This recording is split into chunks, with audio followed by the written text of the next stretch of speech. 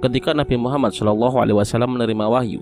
Riwayat-riwayat lama seperti Ibnu Ishaq menjelaskan bahwa Sayyidina Ali adalah anak-anak atau laki-laki pertama atau orang kedua yang bersyahadat memeluk agama Islam setelah Sayyidah Khadijah istri Rasulullah SAW pada saat Sayyidina Ali masih berusia sekitar 10 tahun. Hidup Sayyidina Ali dari awal sudah mendapat cahaya Islam, dan ketika berumur 10 tahun, beliau menerima agama Islam tanpa ragu-ragu dan tanpa berunding dengan siapapun, termasuk dengan ayahnya Abu Thalib sendiri. Ketika Rasulullah dan Sayyidah Khadijah sedang sholat, Ali datang. Ia tidak mengerti ketika melihat keduanya rukuk dan sujud serta membaca beberapa ayat. Setelah selesai sholat, Sayyidina Ali bertanya kepada Rasulullah, kepada siapa mereka bersujud. Kemudian Rasulullah menjelaskan bahwa mereka bersujud kepada Allah untuk menyembahnya. Kemudian Rasulullah mengajak Ali untuk beribadah kepada Allah dan menerima agama Islam secara sempurna dengan kesadaran sendiri tanpa paksaan. Sebagaimana riwayat Ibnu Ishaq, suatu ketika Ali bin Abi Thalib datang menemui Rasulullah dan Sayyidah Khadijah. Ali mendapati keduanya sedang sholat. Lalu Ali pun berkata, "Ini apa wahai Muhammad?" Kemudian Rasulullah pun bersabda, "Ini adalah agama Allah yang telah Allah pilih dengan kehendaknya, dengan Dia mengutus Rasulnya. Saya ajak engkau wahai Ali untuk bersaksi terhadap Allah yang Maha Esa dan untuk menyembahnya, dan agar engkau mengingkari Lata dan Uzza." Ali pun berkata kepada Nabi, "Ini adalah perkara yang aku belum pernah mendengarnya sama sekali sebelum hari ini. Tetapi aku bukanlah orang yang memiliki keputusan atas perkaraku, sehingga aku harus berbicara dulu kepada ayah Abu Thalib." Namun Rasulullah tidak ingin Ali menceritakan rahasianya kepada siapapun termasuk Abu Thalib sebelum ia diperintahkan oleh Allah untuk menceritakan urusan itu. Beliau pun berkata kepada Ali, "Wahai Ali, jika engkau tidak berkenan masuk Islam, maka jaga rahasia ini." Ali pun berdiam diri selama 1 malam itu, sehingga kemudian Allah memberi kepadanya hidayah Islam. Pada pagi harinya, ia menghadap Rasulullah dan berkata, "Apa yang engkau perintahkan kepadaku, wahai Muhammad?" Rasulullah bersabda, "Kamu bersaksi bahwa tidak ada Tuhan kecuali Allah dan tidak menyekutukannya, serta engkau mengingkari Tuhan Lata dan Uzza, serta melepaskan diri dari segala bentuk penentangan kepada Allah." Ali pun melakukan apa yang diperintahkan Rasul kepadanya dan menyatakan dirinya masuk Islam. Setelah itu, Sayyidina Ali sempat mengalami masa-masa khawatir dan takut kemarahan ayahnya Abu Thalib karena dia telah menganut agama Islam. Mula-mula, dia menyembunyikan keislamannya dan tidak berani menampakkannya. Setiap kali datang waktu sholat, Rasulullah SAW keluar menuju tempat perbukitan di Mekah, dan Sayyidina Ali pun ikut bersama beliau secara diam-diam dan sembunyi-sembunyi. Ia menyembunyikan keislamannya dari bapak, paman-paman, dan keluarganya yang lain. Keduanya mengerjakan sholat di tempat itu. Bila waktu petang tiba, keduanya baru bersiap-siap untuk pulang dengan sembunyi-sembunyi. Pada suatu ketika, Abu Thalib pun menemukan keduanya secara sembunyi-sembunyi sedang mengerjakan sholat. Lalu Abu Thalib bertanya kepada Rasulullah, "Wahai anak saudara laki-lakiku, agama apa yang sedang kalian anut ini?" Rasulullah menjawab, "Ini adalah agama Allah, agama para malaikatnya, agama para nabinya, dan agama bapak kita Ibrahim.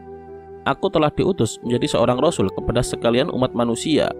Dan engkau wahai paman adalah orang yang lebih berhak untuk menerima nasihat dariku, mendapatkan dakwahku, memenuhi seruanku, dan menolong diriku."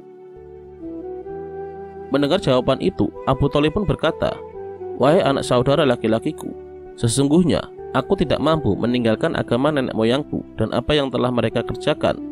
Tetapi demi Allah, tidaklah sampai sesuatu kepadamu yang kau benci, kecuali aku akan senantiasa menolongmu." Lalu kemudian Abu Thalib pun berkata kepada Ali, "Wahai anakku, agama apa yang sekarang engkau anut?" Ali menjawab, "Wahai ayahku, aku beriman kepada Allah, Rasulnya, dan saya membenarkan apa yang dibawanya, dan saya pun melaksanakan sholat bersamanya karena Allah, serta menjadi pengikutnya." Lalu Abu Thalib berkata, "Sesungguhnya Muhammad tidak mengajakmu kecuali kepada kebaikan, selalu ikutilah dia."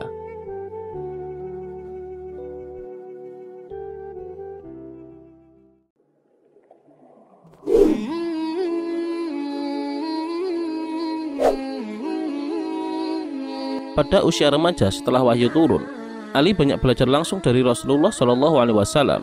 Karena sebagai anak asuh, Ali berkesempatan selalu dekat dengan Rasulullah, dan hal ini berkelanjutan hingga beliau menjadi menantu Rasulullah SAW.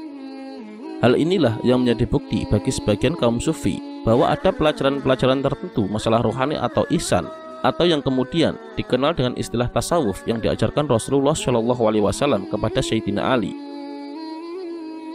Didikan langsung dari Rasulullah kepada Sayyidina Ali dalam semua aspek keilmuan Islam, baik aspek zahir atau syariat dan batin atau tasawuf, telah menjadikan Sayyidina Ali sebagai seorang pemuda yang sangat cerdas, berani dan bijak, serta mewarisi berbagai sifat terbaik seperti kefasihan berbahasa, memiliki akhlak yang luhur, pemberani, dermawan, rendah hati, menjauhi kesombongan, sangat memuliakan tamu, ramah, serta terlepas dari sikap dan perilaku jahiliyah.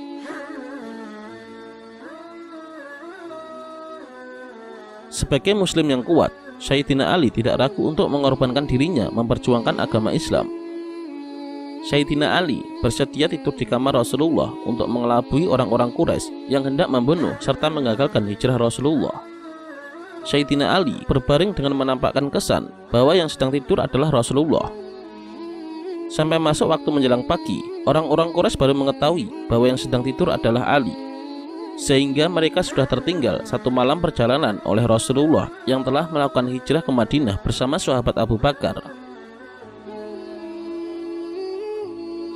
Setelah masa hijrah dan tinggal di Madinah, Sayyidina Ali dinikahkan Rasulullah dengan putri kesayangannya, Sayyidah Fatimah Az-Zahra.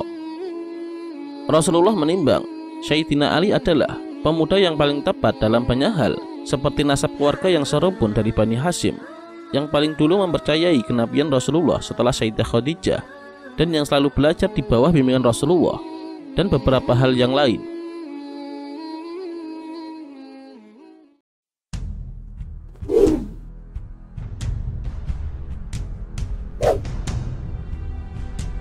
Sayyidina Ali merupakan salah satu panglima terbaik yang dimiliki oleh umat Islam.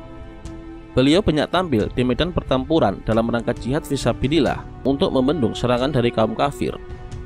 Dengan pedang Zulfikar, pemberian Rasulullah, Sayyidina Ali telah banyak menumbangkan orang-orang kafir yang memusuhi Islam. Hampir semua peperangan beliau ikuti kecuali perang Tabuk, karena mewakili Rasulullah untuk menjaga kota Madinah. Perjuangan yang diikuti Sayyidina Ali dalam pertempuran memperjuangkan agama Islam adalah Perang Badar. Beberapa saat setelah menikah, pecahlah Perang Badar, perang pertama dalam sejarah Islam. Dalam Perang Badar, Sayyidina Ali tampil menjadi salah satu tokoh yang banyak menumbangkan kafir Quraisy di samping pamannya Sayyidina Hamzah. Dan ketika itu, Sayyidina Ali masih berusia sangat muda, sekitar 25 tahun. Perang Khandaq. Perang Khandaq juga menjadi saksi nyata keberanian Sayyidina Ali bin Abi Thalib ketika memerangi Ammar bin Abdi Wud. Dengan satu tebasan pedangnya yang bernama Zulfikar, Ammar bin Abdi Wud dapat ditumbangkan. Perang Khaybar. Setelah ada kesepakatan antara kaum muslimin dengan kaum Yahudi yang memuat perjanjian perdamaian antara kaum muslimin dengan kaum Yahudi. Namun di kemudian hari, kaum Yahudi mengkhianati perjanjian tersebut sehingga pecahlah perang melawan Yahudi yang bertahan di benteng Khaybar yang sangat kokoh. Di saat para sahabat tidak mampu membuka benteng Khaybar, Rasulullah SAW bersabda, "Besok aku akan serahkan bendera kepada seseorang yang tidak akan melarikan diri. Dia akan menyerang berulang-ulang, dan Allah akan mengaruniakan kemenangan baginya. Allah dan Rasulnya mencintainya, dan dia mencintai Allah dan Rasulnya." Maka seluruh sahabat pun berangan-angan untuk mendapatkan kemuliaan tersebut. Namun ternyata Sayyidina Ali bin Abi Thalib yang mendapat kehormatan itu. Dan Sayyidina Ali memang mampu menghancurkan benteng Khaybar dan berhasil menumbangkan seorang prajurit Yahudi yang terkenal gagah berani yang bernama Marhab dengan menebasnya dengan sekali pukul hingga tewas.